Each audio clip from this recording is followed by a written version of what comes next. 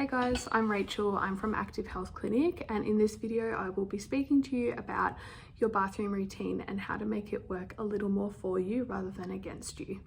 Hopefully you can read the text behind me. So first off, it can be really hard to wash your hair if you have POTS or hypermobility. There may be risks to exacerbating symptoms or subluxations and things like that.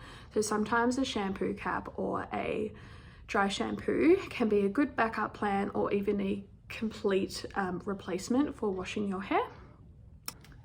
Something else that may be helpful are sponge baths or baby wipes. They can be used in a similar way, either as a complete replacement for a shower or a bath, or perhaps just as a backup plan or something in between those. Always good to check your chemical sensitivities and things like that for baby wipes. The other thing that you might like to consider is where your ventilation is coming from and how you may also cool down before, during, or after a shower. So that could be icy cold water, a face washer, ending your shower with cool water and things like that.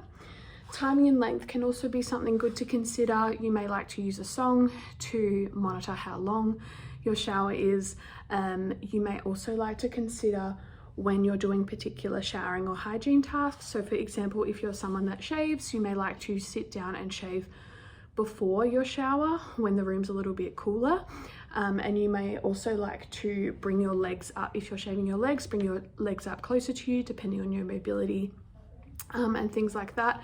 And if you've got seating available, rather than bending down, which of course is a postural change and can be a way to exacerbate symptoms if you have orthostatic intolerance.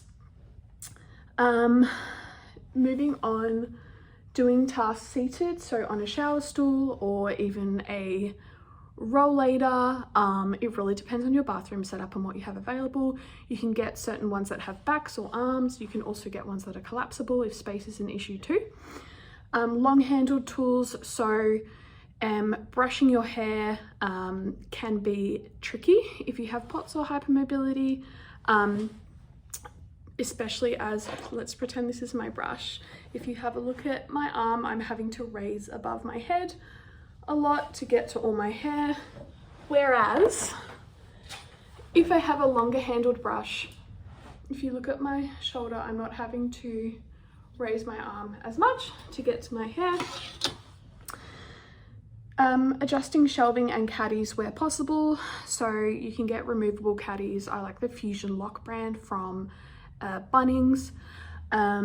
You can adjust them so that they're at a height that you don't have to reach for as much. You don't even have to just use it in the shower. You could use it for regular shelving in the bathroom and things like that, or to keep certain belongings or items all together, so you're not having to bend over as much as you're getting everything out.